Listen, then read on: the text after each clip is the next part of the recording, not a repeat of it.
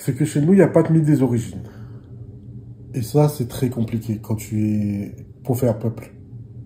Il n'y a pas de mythe des origines parce qu'à cause de l'esclavage, tout le monde est arrivé avec ses valises. Et tout le monde est arrivé avec ses valises, surtout avec cette notion, ce tabou très fort de l'oubli. C'est-à-dire que quand tu arrives avec l'esclavage, on fait tout pour effacer ce que tu as été avant. Donc, je me retrouve, moi, à habiter un espace où on ne sait pas comment ça commence. On n'a pas inventé comment ça commence. On sait comment ça commence, c'est-à-dire que ça commence sur un grand cri, une grosse douleur et un crime contre l'humanité. D'accord. Mais ça peut pas être que ça. Ça ne peut pas être que ça. Non. Il faut inventer sur comment ça commence. Comment, tout d'un coup, ces gens, sur ce petit caillou, sont mis à vivre ensemble et à habiter ensemble et à cohabiter et à rêver ensemble et à s'inventer une langue, s'inventer une musique, s'inventer des rites. Comment tout ça, ça arrive? Et le problème, c'est que on n'a pas eu le temps de le faire. Parce que on est français, on est européen.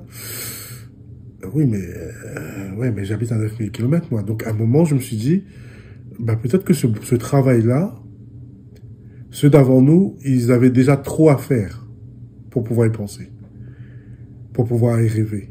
Ils nous ont légué déjà beaucoup d'outils, hein. Une langue, musique, culture. Peut-être que c'était mon travail. Peut-être que c'est à ma génération de dire, ok, nous, notre histoire, elle commence avec cette histoire-là douloureuse, mais pas que. Il y a aussi d'autres histoires à raconter. Et du coup, d'aller plus loin, d'essayer de nous définir nous. Mais pas dans le regard des autres. Voilà. C'est ça. Mais dans notre regard à nous, de construire notre regard. Il y a un poète sur l'hymne que j'aime beaucoup, qui s'appelle Christian Jalma.